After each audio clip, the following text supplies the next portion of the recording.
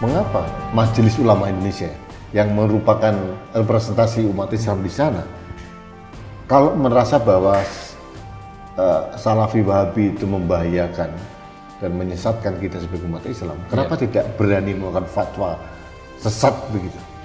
Karena pemerintah tidak berani menegur, tidak berani bertanya, tidak berani membahas dengan Majelis Ulama Indonesia. Kuncinya di keberanian pemerintah ya? Bukan beranian pemerintah. Tapi menurut Habib benar ya, Salafi Wahabi itu sangat mengganggu keislaman kita di Indonesia? Jelas. Karena begini, posisinya mungkin bisa saya katakan ya, yang dikategorikan tanda kutip ulama yang berada di MUI itu tidak bisa berbuat apa-apa karena mereka itu 80% ulama tanda kutip di MUI itu 80% penganut Salafi Wahabi. Di MUI?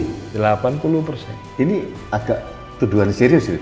Ini ada analisis yang Iya. menurut 80% 80. pengurus Majelis Ulama Indonesia 80%. itu menganut Salafi Wahabi. Iya.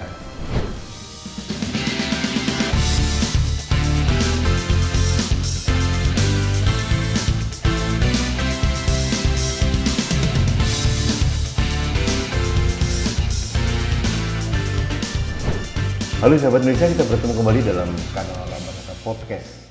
Sahabat Indonesia, hari ini saya mendapatkan berkah, anugerah karena saya mempunyai kesempatan untuk bertemu dengan orang yang sering saya baca dalam berita maupun berita-berita di media maupun di YouTube. Beliau adalah Habib Syakur bin Ali Mahdi Al-Hamid. Beliau itu adalah inisiator gerakan Nurani Kebangsaan. Beliau tinggal di Malang, saat ini pas ada di Jakarta. Saya mendapatkan kehormatan beliau mampir ke kantor Kanal Anak Bangsa. Mumpung beliau ada di Jakarta, sangat naif kalau saya tidak langsung minta pencerahan dari beliau. Dan saya yakin pencerahan dari beliau ini sangat mencerahkan kita sebagai upaya kita dalam menjaga Indonesia. Habib, assalamualaikum Habib. Waalaikumsalam warahmatullahi wabarakatuh. Habib, matur suwun sekali lagi, satu kehormatan bisa rawuh di sini gitu. Jadi bagi saya ini kayak mimpi, bener kan nih Habib Syakur, bener, ternyata bener gitu. Waktu saya ditelepon Habib, dihubungi, saya melihat ini bener nggak sih gitu. Ternyata dapat informasi dari sahabat saya juga, Habib Kribo. Saya sama Habib Kribo satu tempat, jadi kita sering ketemu. Habib matur suwun sudah datang. Saya berharap Habib sehat dan kelihatannya masih sehat-sehat aja. Alhamdulillah, pagestini pun. Habib, masyarakat mungkin perlu dicerahkan kembali gerakan Nurani Kebangsaan.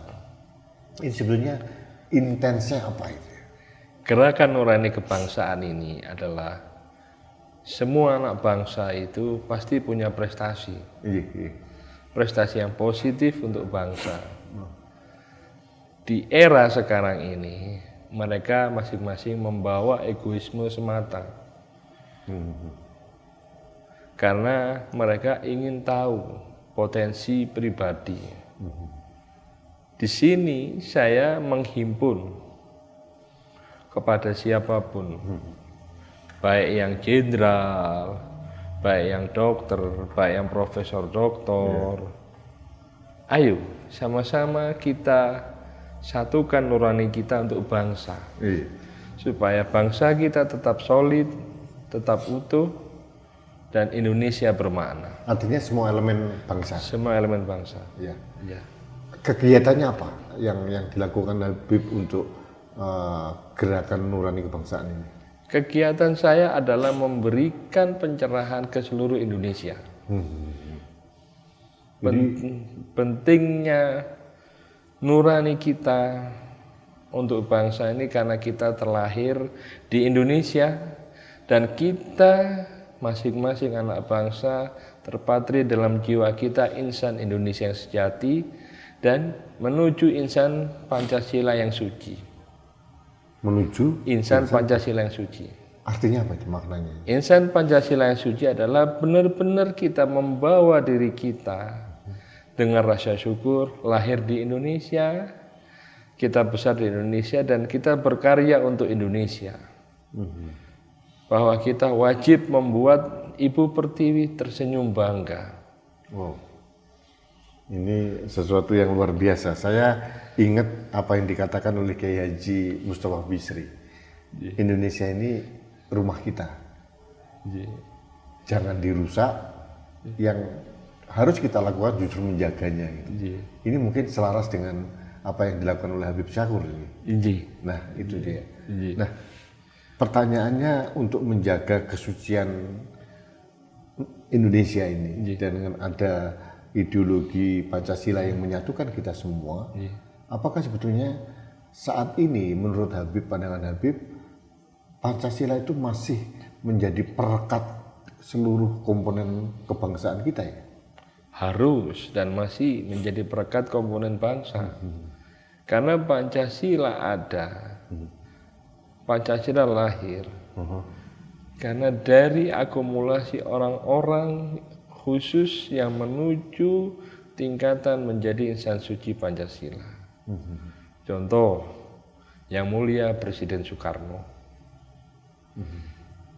Beliau adalah betul-betul ingin bangsa kita ini menyelesaikan masalah dengan Pancasila.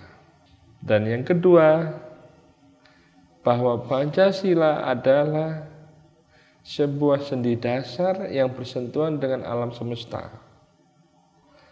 Siapa yang lahir di Indonesia, siapa yang merasa dirinya insan Indonesia yang sejati, pasti ruhnya berhubungan langsung dengan Pancasila dan alam semesta.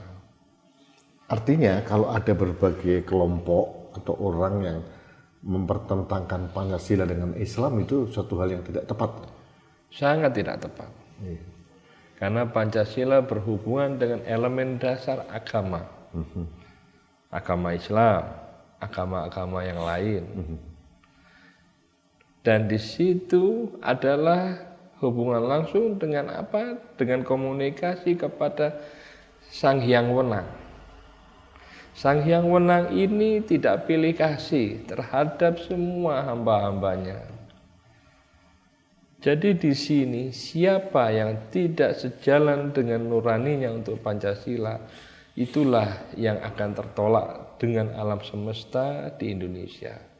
Habib, mohon maaf, dalam kenyataannya ada beberapa komponen masyarakat, sebagian dari saudara-saudara kita yang ada upaya untuk mengganti ideologi negara kita, Pancasila yang suci tadi, dengan ideologi transnasional. Nah, apakah Habib melihat itu merupakan ancaman buat keindonesiaan kita? Jelas ancaman. Tapi ada. Ada. Oke. Jelas ancaman. Dan di sini kita selalu menggelorakan Pancasila sebagai elemen sendi dasar kehidupan bangsa untuk menyelesaikan semua masalah, sebagai filter dari ideologi transnasional. Kita menggelorakan seperti itu, tapi kita sendiri bingung karena semua yang ada, semua yang terjadi, baik pelaku ideologi transnasional itu menyelinap, seakan-akan berada di tengah-tengah kita, seakan-akan menyesuaikan bahwa Pancasila itu ada, Pancasila itu bisa dipakai, dan ideologi transnasional harus dipergunakan. Contoh misalnya, secara nyata, secara gamblang, para pengasuh khilafah. Para pengasuh khilafah ini menyatakan bahwa khilafah itu harus. Baru setelah itu Pancasila. Nah ini kan sudah tidak berlaku lagi, sudah afkir, sudah dibuang secara alamiah di Republik kita tercinta alam semesta ini. Lah sudah tidak mungkin lagi ideologi transnasionalnya dibawa, ditanamkan, itu akan tereliminasi dengan sendirinya. Selain itu kan ada juga ajaran-ajaran Salafi Wahabi gitu. Iya. Yang menurut saya justru memecah belah kita sebagai umat Islam. Iya. Apakah Habib melihat hal itu? Jelas. Bahkan kalau saya sampaikan bahwa ideologi Salafi Wahabi, lebih tepatnya Salafi Wahabi ya, itu saya katakan bahwa pemerintah harus berani menegur Majelis Ulama Indonesia dan harus membahas, mempertanyakan ideologi itu sampai sejauh mana dan bila perlu dinyatakan tersesat dan terlarang dan harus dibuat ketentuan yang khusus. Nah, pertanyaan saya terkait itu. Mengapa Majelis Ulama Indonesia yang merupakan representasi umat Islam di sana, kalau merasa bahwa Salafi Wahabi itu membahayakan dan menyesatkan kita sebagai umat Islam, kenapa tidak berani melakukan fatwa sesat begitu? Karena pemerintah tidak berani menegur, tidak berani bertanya, tidak berani membahas dengan Majelis Ulama Indonesia. Kuncinya di keberanian pemerintah ya? Bukan beranian pemerintah. Tapi menurut Habib memang benar ya, Salafi Wahabi itu sangat mengganggu keislaman kita di Indonesia. Jelas. Ini pertanyaan publik Habib. Ya. Jadi mohon mungkin dari Habib mungkin bisa memberikan penguatan gitu. Ya.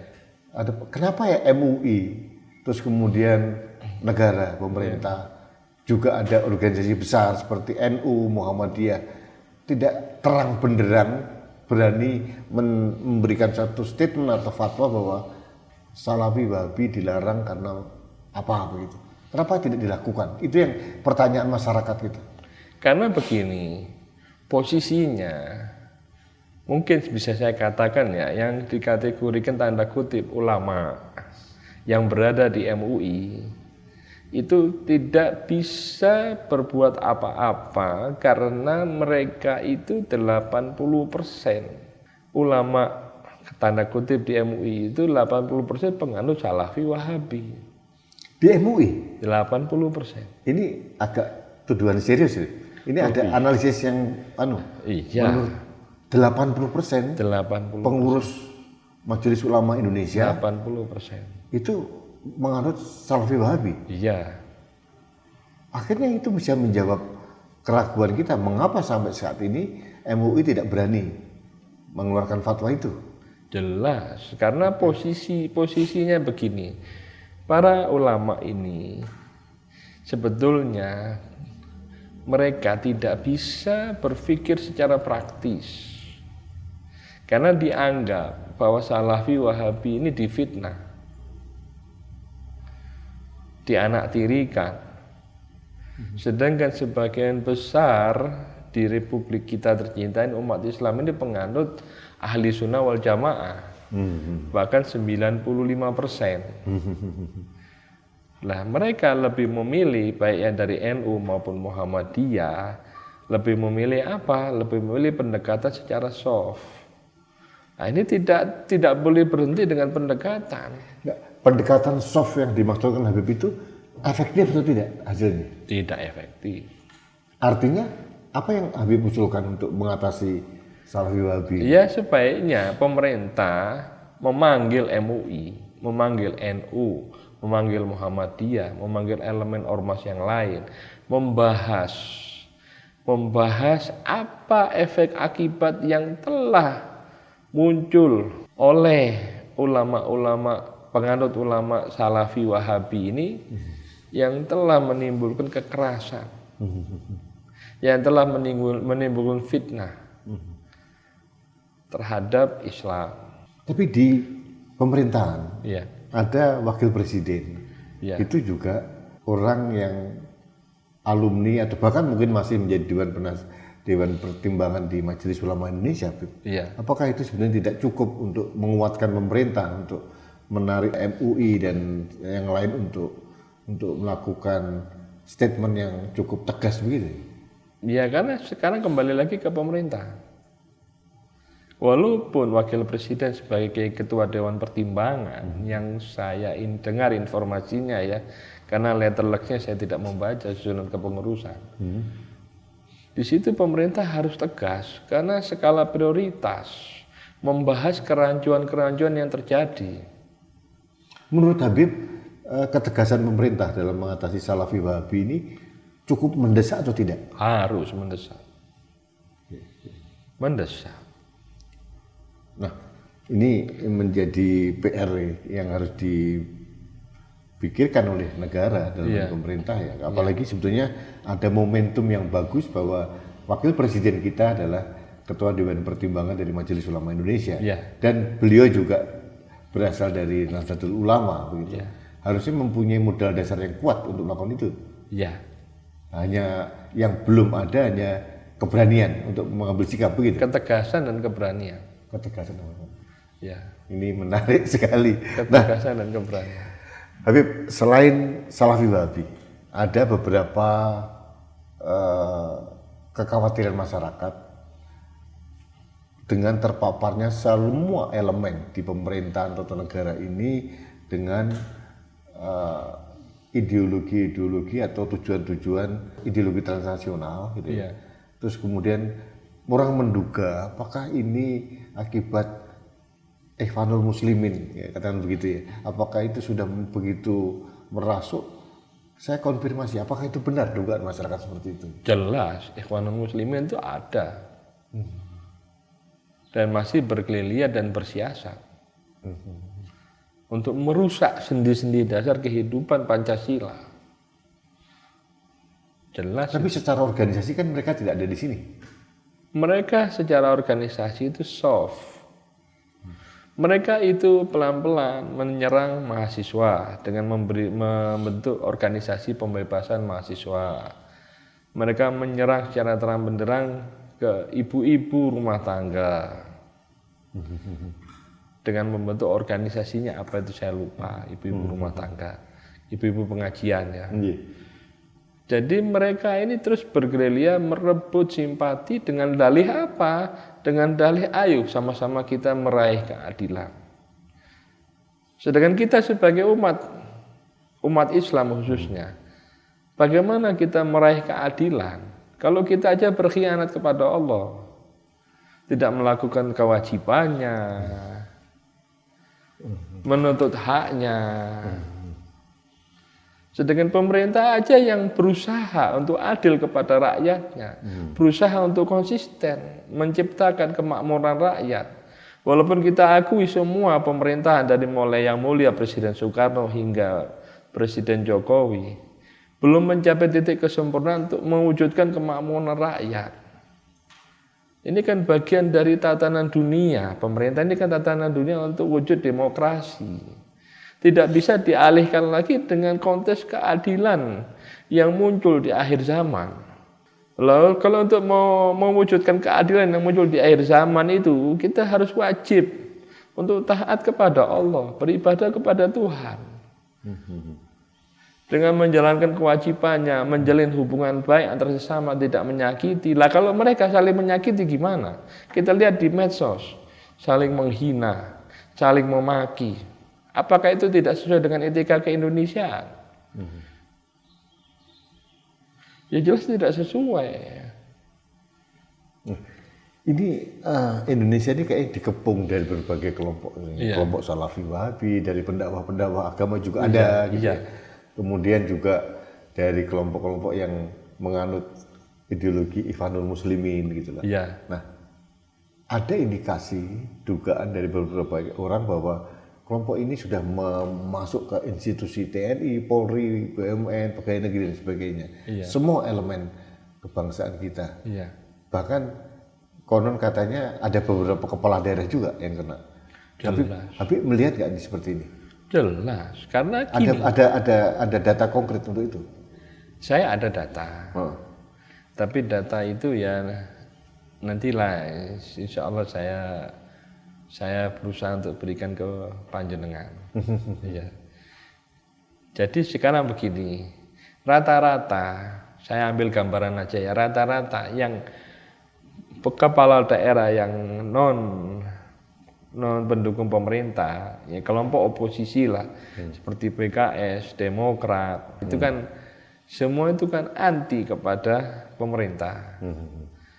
Jadi banyak sekali mereka itu menjalankan propaganda apa? kebijakan pemerintah itu tidak sampai ke wilayah. Kebijakan pemerintah itu terhenti karena di stop. Digergaji oleh mereka. Digergaji. Maka banyak wilayah-wilayah di seluruh Indonesia itu yang tidak merdeka. Bukan karena pemerintah pusat tidak bisa menjangkau, tapi pemerintah daerah yang tidak mau menyalurkan. Nah, itu apakah bagian dari oposisi atau tidak? Bagian dari pembangkang pemerintah atau tidak? Ya kan pasti. Ini Habib yang dimaksudkan daerah tingkat 2, daerah tingkat 2, kabupaten kota atau kabupaten kota. provinsi? Daerah tingkat 2 kabupaten kota sebagian besar, karena wilayah pedalaman kan di situ sebagian besar. Di tingkat provinsi ada kepala daerah yang bersikap seperti itu? Ada. Ada. Ini menarik ya, karena kita bisa memetakan betapa ancaman untuk menjaga NKRI ini ternyata begitu masif dari berbagai lini ya Habib. Jelas. Nah, kalau begitu, apa solusinya Habib? Ya solusinya kita kembali lagi, kita dukung pemerintah pusat itu sampai menyelesaikan masa baktinya 2024 dan kita gerilya ke bawah, kita sosialisasikan bahwa pemerintah sudah berbuat baik untuk rakyat, hanya langkah-langkahnya aja yang belum sampai ke wilayah pedalaman. Tadi bicara 2024. Ya. Ini sudah tahun 2023 Habib. Ya. Kurang dari setahun kita Ji. ikut pemilu nih. Ji. Nah, pemilu lagi, ada pilpres lagi. Ya. Nah, menurut Habib Syahkur ya, kriteria capres pengganti Pak Jokowi itu yang ideal seperti apa, Habib? Yang ideal yang jelas tidak ada yang mengikuti dari kelompok khilafah, ex-FPI, ex-HTI, ex-Ikhwanul Muslimin. Kelompok-kelompok yang memang cinta tanah air dan bangsa, kelompok-kelompok yang memang Islamnya Islam yang betul-betul penganut Islam Muhammadi. Jadi harus kriterianya adalah kelompok orang, sosok yang di sekitarnya itu tidak berkerumun ex-HTI, FPI dan sebagainya begitu ya. ex-HTI, ex-FPI, Ikhwanul Muslimin ya. Itu salah satu kriteria. Salah satu kriterianya. Ya. Rekam jejak yang bersangkutan itu harus ditelisik juga ya. Apakah punya rekam jejak untuk politik identitas dan sebagainya? Iya. Dan rata-rata semua penganut politik identitas. Rata-rata. Nah, Habib, politik identitas, saya tertarik ini. Partai Umat sudah mendeklarasikan diri mereka bahwa akan mengusung politik identitas. Saya bermakna lebih detail bahwa yang dimaksud mereka adalah politik identitas berbasis agama pasti, karena Partai Umat mengatakan Partai Islam gitu. Pendapat Habib? Partai Umat bukan partai Islam, Partai Umat yang merusak citra Islam. Partai Umat bukan partai Islam dan Partai Umat yang merusak citra Islam. Itu menurut Habib. Apa dasarnya? Karena begini, Partai Umat sudah jelas-jelasan menyampaikan Partai Umat akan menjalankan politisasi identitas dari masjid ke masjid meniru dakwanya Rasulullah. Sedangkan Rasulullah Shallallahu Alaihi Wasallam tidak pernah menjalankan itu. Dalam sejarahnya Rasulullah itu bersikap arif dan bijaksana mengayomi semua elemen bangsa waktu itu. Rasulullah menulis piagam Madinah. Rasulullah menjalankan hubungan-hubungan baik antar sesama. Rasulullah menjalankan prinsip-prinsip penegakan hak asasi manusia. Dan Rasulullah tidak pernah berdakwah politik dari masjid ke masjid. Jadi itu yang saya katakan bahwa Partai Umat tidak mewakili Islam dan Partai Umat merusak citra Islam. Nah, clear bahwa dikatakan oleh Habib, Partai Umat bukan representasi umat Islam di Indonesia. Dan justru dikatakan oleh beliau bahwa Partai Umat merusak citra Islam. Itu ya. Karena menganut dan mengusung politik identitas yang menurut Habib membahayakan kita. Sangat membahayakan. Maaf ya, saya bukan sebagai orang yang Islamfobia. Saya adalah orang yang betul-betul menganut prinsip-prinsip Islamnya yang dijalankan oleh Nabi Muhammad. Islam yang damai, cinta kasih. Ya. Kalau mereka bilang bahwa kita Islamfobia, sah-sah saja. Tapi Islam yang mana? Habib, ini saya klarifikasi. Saya mohon perspektif dari Habib Syakur ini. Ya. Amin Rais, pendiri Partai Umat, mengatakan bahwa selama rezim Pak Jokowi katanya bahwa umat Islam itu dimarginalkan, umat Islam dipinggirkan dan dipecah belah. Menurut Habib? Loh, sekarang kan semua yang ada di Kementerian Pak Jokowi kan, menteri-menterinya kan Islam, dirjennya kan Islam. Pak Amin Rais ini kan tidak bersyukur saja Partai Umat diloloskan. Partai Umat diberikan jalan untuk ikut pemilu. Harusnya kan diam. Harusnya kan bersyukur, harusnya berpacu, merebut simpati rakyat Indonesia. Artinya tuduhan dari Amin Rais tadi tidak benar. Justru umat Islam, lebih maju dan lebih semarak di zaman kepemimpinan Presiden Joko Widodo. Ya, karena kita sama-sama Islam, kita merasakan hal sama kan. Iya. Saya juga merasakan, saya tidak merasa dimarginalkan begitu ya. Iya. Tidak ada ya gerakan pemerintah untuk Islamofobia, tidak pernah kita rasakan. Iya. Justru mereka ini adalah orang-orang yang punya kejahatan kriminal verbalistik. Kehidupannya itu selalu mengadu domba. Membuat semua gaduh, membuat orang awam gaduh. Kan kasihan orang awam ini yang tidak ngerti apa-apa. Menurut Habib, apakah strategi mereka untuk memecah belah kita ini bisa saya katakan bentuk terorisme gaya baru ya? Jelas. Terorisme gaya baru karena mereka tidak mau angkat senjata, tidak mau pakai bom bunuh diri, tapi kan mereka kejahatan kriminalnya, kejahatan lisannya, verbalnya, yang bertujuan mengadu domba sehingga bisa bunuh-bunuhan. Ini menurut saya lebih berbahaya sebetulnya. Sangat berbahaya. Ya. Habib, terakhir, mohon maaf ini waktunya terbatas. Ya. Saya mohon pencerahan. Sering dalam opini saya keluhkan tentang sering terjadinya persekusi rumah ibadah. Ya. Persekusi ibadah dari umat beragama lain di Indonesia ini. Jujur sebagai orang Islam, saya merasa bukan Islam seperti ini yang saya percayai gitu loh. Tapi kegiatan atau kelompok-kelompok yang selalu melakukan kegiatan aksi intoleransi ini terus berjalan dan di berbagai tempat. Presiden sudah terang benderang mengatakan bahwa jangan sampai konstitusi kita, hak kita yang paling mendasar yaitu hak memeluk agama, beribadah, mendirikan rumah ibadah itu dikalahkan dengan kesepakatan-kesepakatan di masyarakat. Menurut Habib, apa yang terjadi dengan bangsa ini? Kenapa kok sering masih ada percikan-percikan intoleransi ini masih muncul di mana-mana? Ya karena begini, karena kita ini adalah sebagai pemerintah kita ini sebetulnya tidak tegas dengan pemerintah daerah, pemerintah tingkat 2. Karena masing-masing itu kan ada sebuah forum komunikasi pimpinan daerah. Forkompinda. Nah, Forkompinda ini kan kepolisian, kejaksaan, tentara itu kan menyatu. Maka otomatis jika ada persekusi, jika ada kejadian yang luar biasa mengenai rumah ibadah, otomatis kepolisian, TNI, dan kehakiman kejaksaan itu tunggu dulu apa kata kepala daerah. Tidak bisa bersikap objektif untuk menindak dengan tegas. Kalau kita mau bicara mayoritas minoritas, ya jelas. Tapi kan kita berdiri sama rasa, sama rata, sama tinggi gitu loh. Mempunyai hak dan kewajiban yang sama. Mempunyai hak dan kewajiban yang sama. Lah pesan presiden itu kan pesan konstitusi.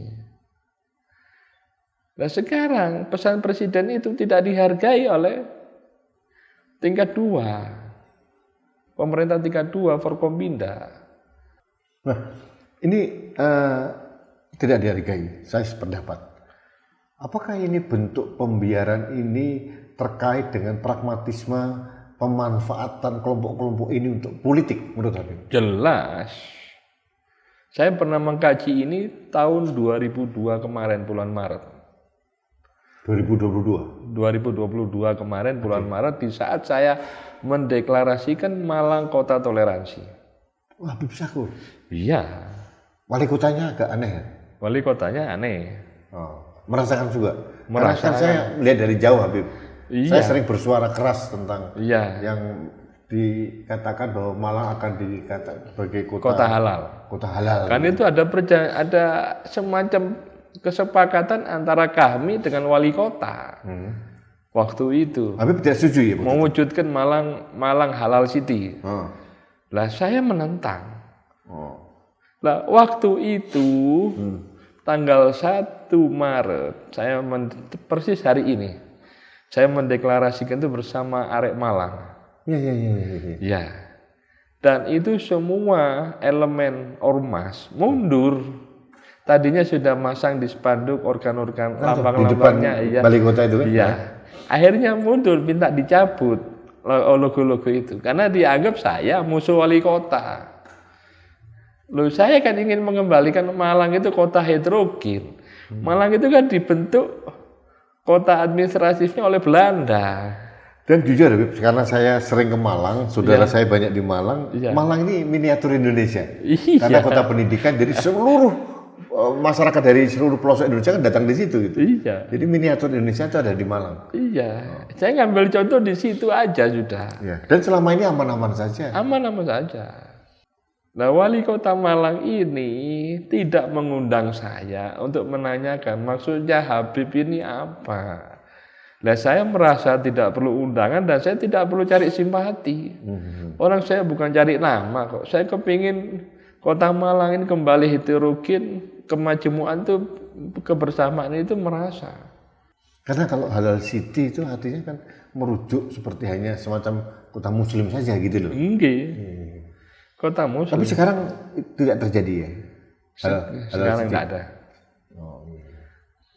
Karena mungkin waktu itu saya memberikan opini juga Habib bahwa ini kalau ini pemerintah pusat membiarkan Malang seperti itu akan menjadi inspirasi daerah lain berbuat yang sama. Dan ini memicu perpecahan di antara kita. Gitu. Nah, kembali ke intoleransi. Tidak ketegasan pemerintah negara dalam hal ini. Sering terjadi. Nah, yang terakhir saya mohon pandangan dari Habib. Seharusnya kita sebagai umat yang mayoritas ini, yang 88% penduduk Indonesia ini adalah muslim, harusnya seperti apa kita bersikap terhadap minoritas? Ya, kita menghargai. Karena prinsip saya tidak ada minoritas-mayoritas, semua sama. Semua sama karena kita lahir dalam keadaan sempurna, dalam keadaan suci, beda jalan menuju Tuhan. Tuhannya sama? Tuhannya sama. Jadi kalau saya ke Surabaya lewat Solo, Habib lewat Tuban bisa toh? Ya, bisa. Tujuannya Surabaya juga? Tujuannya Surabaya. Hanya bisanya di Semarang gitu Bu, mecah di selatan sama utara. Jadi di sini tidak ada perbedaan sama sekali. Kalau kita menyikapi yang minoritas ya sama. Saya sering kali keliling Indonesia. Saya sering kali ngelihat pembuatan gereja. Dan alhamdulillah gereja itu berjalan dengan rapi pembangunannya, tertib ibadahnya. Cuman di Pulau Jawa ini aja yang perlu ditertibkan. Saya kadang-kadang heran Habib. Saya sebagai umat muslim udah 50 hampir 60 tahun ini saya bilang berulang kali saya berinteraksi dengan teman-teman yang berbeda agama. Saya datang ke rumah sahabat saya, saya ucapan selamat Natal pada mereka. Itu sama sekali tidak melunturkan akidah keislaman saya. Gitu. Jelas. Nah, pertanyaannya itu kenapa mereka begitu alergi sekali, seolah takut akidahnya luntur kalau melihat salib, melihat peringatan Natal atau apa gitu. Dari mana mereka melihat itu ya? Karena mereka tidak memperhatikan wajib menjalin hubungan baik antar sesama. Walaupun beda agama. Tuhan itu memperhatikan hubungan seperti itu. Hablum minallah, hablum minannas. Hablum minallah, hablum minannas. Itu sama-sama penting ya. Nah, hablum minannasnya ini bukan cuma sesama muslim. Perlainan agama. Jadi pemaknaan bahwa Islam adalah rahmatan lil alamin itu bukan hanya untuk umat Islam saja kan? Untuk seluruh alam semesta. Alam semesta, termasuk semua yang berbeda dengan kita. Iya, Itu datangnya Islam seperti itu. jelas. Karena Nabi Muhammad itu Shallallahu Alaihi Wasallam itu mengajarkan seperti itu. Saya sering bertanya-tanya Pak Habib. Saya sepakat tadi yang Habib sampaikan bahwa piagam Madinah yang diinisiasi oleh Nabi besar Muhammad Shallallahu Alaihi Wasallam itu diakui dunia sebagai konstitusi tertulis pertama di dunia. Dan saya sudah membaca itu begitu detil dan beliau sangat mengakui pluralisme, keberagaman di Madinah waktu itu, negara Madinah. Tapi keberadaan dan eksistensi piagam Madinah sering tidak dimunculkan gitu. Makanya sering ada penolakan-penolakan terhadap pemimpin non-muslim. Nah, mengapa itu terjadi di Indonesia begitu?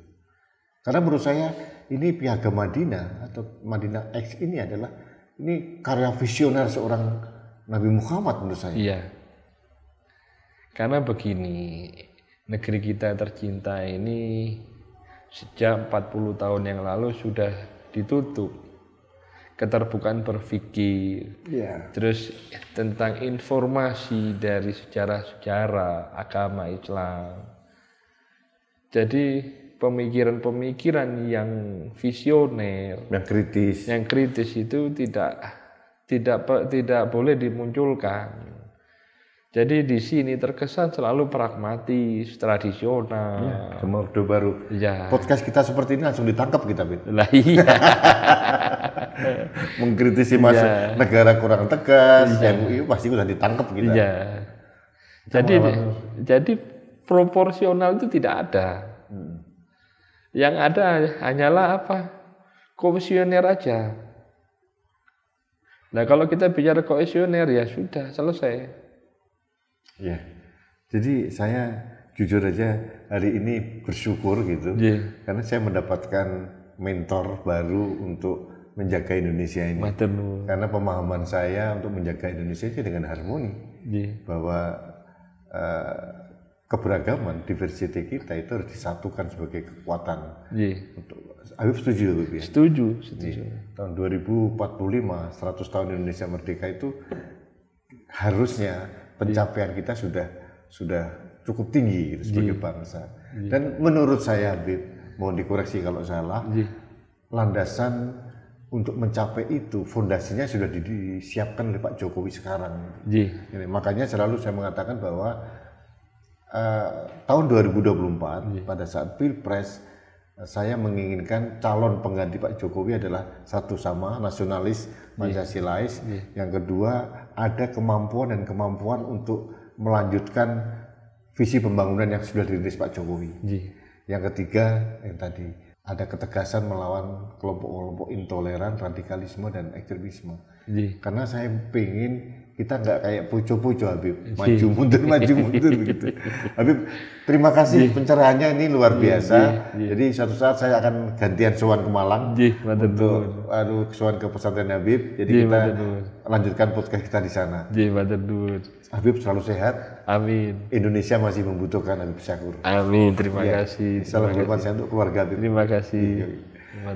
Sahabat Indonesia, demikian diskusi atau mungkin lebih banyak saya mendapatkan pencerahan dari Habib Syakur. Ini luar biasa, sosok yang sangat mencintai Indonesia. Beliau mempunyai keteduhan dan pemaknaan yang sangat positif dalam menjaga Indonesia ini. Banyak hal yang telah disampaikan oleh beliau dan mudah-mudahan ini menjadi pencerahan buat kita, dan framing bahwa Islam itu agama yang pemarah, agama yang suka menghujat ke sana sini akan hilang sama sekali pada saat kita mendengarkan suara dan ceramah dari seorang Habib Syahkur. Karena Islam yang seperti ini yang sebenarnya Islam yang teduh, Islam yang penuh dengan harmoni, dan Islam yang mengayomi semua makhluk di dunia ini. Ini sebetulnya Islam yang saya percayai seperti itu. Jadi Islam bukan ancaman di Indonesia. Sahabat Indonesia, yang paling penting ada pesan dari Habib bahwa negara harus mempunyai ketegasan. Negara mempunyai peran besar, dalam hal ini hanya dibutuhkan ketegasan dari pemimpin baik pusat maupun daerah untuk sama-sama menjaga keindonesiaan kita. Terima kasih sahabat Indonesia, kita bertemu kembali dalam kanal Anak Bangsa Podcast selanjutnya. Sampai jumpa. Terima kasih. Terima kasih.